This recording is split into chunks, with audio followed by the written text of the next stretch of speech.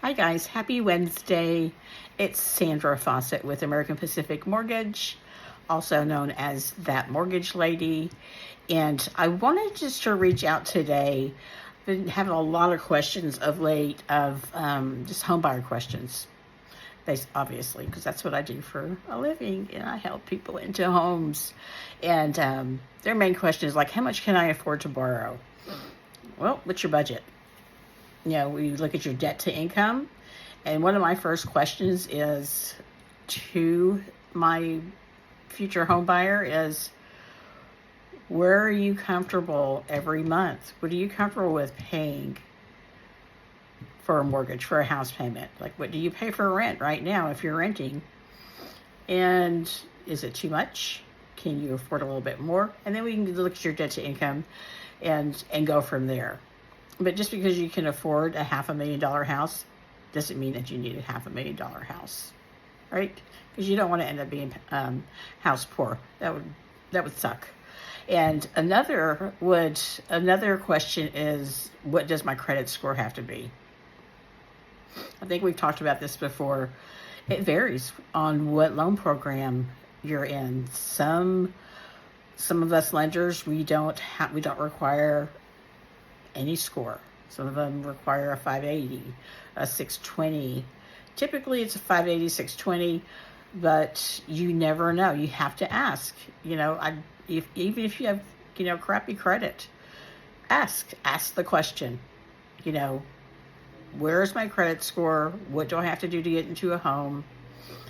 You're never going to know the answer unless you ask, right? So just do it. Just ask the question and let somebody like myself find out that answer for you. And if you can't qualify right then and there, then we can put together a plan to help you get qualified down the road. It could take 3 months, 6 months, a year.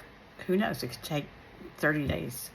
So that's another thing. Another is, how much do I need to put down? Like, how much do I have to put 20% down? There's a myth out there that you need to put 20% down. False. Depending on your loan program, you can there are some that have 0% down, some that have 3.5, 5, up to 25, up to whatever you want. But there are many programs out there definitely under the 20%. So if you're thinking, or if you thought that you had to put 20% down, that's an old wives' tale. That is not correct. So you can actually go in on different loan programs. Our most popular are FHA, conventional, USDA, jumbo, VA, if I didn't say VA already. And all of those do not require 20% down, period.